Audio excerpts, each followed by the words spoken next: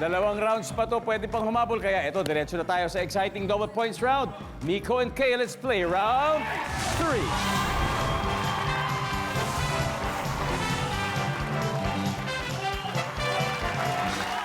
All right. Top 7 answers are on the board. Good luck. Sa Spain may La Tomatina Festival kung saan masayang nagbabatuhan ng kamatis yung mga tao. Sa Pilipinas, hindi ka pupunta sa festival kung ang mga tao ay nagbabatuhan ng ano? Okay. Tubig. Tubig. Sa San Juan naman, nagbabasaan sa San Juan. Nandyan ba ang tubig? Okay. Nico, this is your chance. Putik.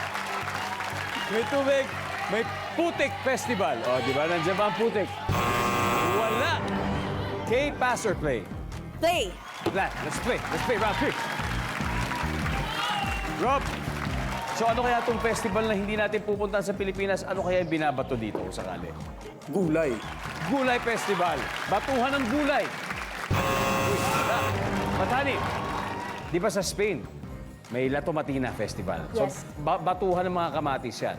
Ano yung hindi mo pupuntahan dahil nagbabatuhan sila ng ano? Bato. Bato mismo! Sakit nun! Sana nandyan ang bato. Top answer. Kuling. Magtalinong, di ba? Sabi na nga pa eh. Nanay Zita, ano kaya? Sa Pilipinas, hindi ka pupunta sa festival kung ang mga tao ay nagbabatuhan ng ano? Itak. Ang lupit nun. Nagbabatuhan doon ng itak. Wala. Okay, sa Pilipinas, hindi ka pupunta sa festival kung ang mga tao ay nagbabatuhan ng ano? Dumi ng tao. Survey says... Oh! Galing. Rob, meron pa. So, sa Pilipinas, hindi ka pupunta sa festival kung ang mga tao ay nagbabatuhan ng ano? Kahoy. Ahoy! Survey says... Kahoy Festival. Oh. Grabe to, ha? Could be anything, eh. Buwi, sa Pilipinas, hindi ka pupunta sa festival kung ang mga tao ay nagbabatuhan ng ano? Kapag may festival, ayokong makarinig yung mga negatibong salita. So, ang sagot ko ay gusto mo umiwas sa chismis. Batuhan ng salita naman. Chismis Festival. Okay yan, okay yan. Miko, sa Pilipinas, hindi ka pupunta sa festival kung mga tao ay nagbabatuhan ng ano?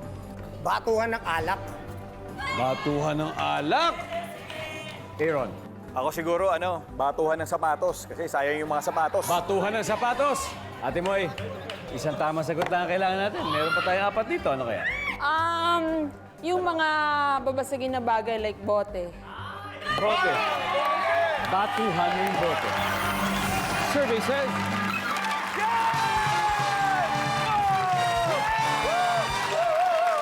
Wow! Tignan natin, meron pa tayong mga na-miss out. Everybody, let's see number 7, please. Basura, number 6. And number 4. Mabilis na sulyap muna sa scoreboard after 3 rounds. Tribong pasaway, 122 na. Tribong palaban, may 151 pa rin. Sino kaya sa kanila ang magsusurvive all the way to the Fast Money Round? Malalaman natin.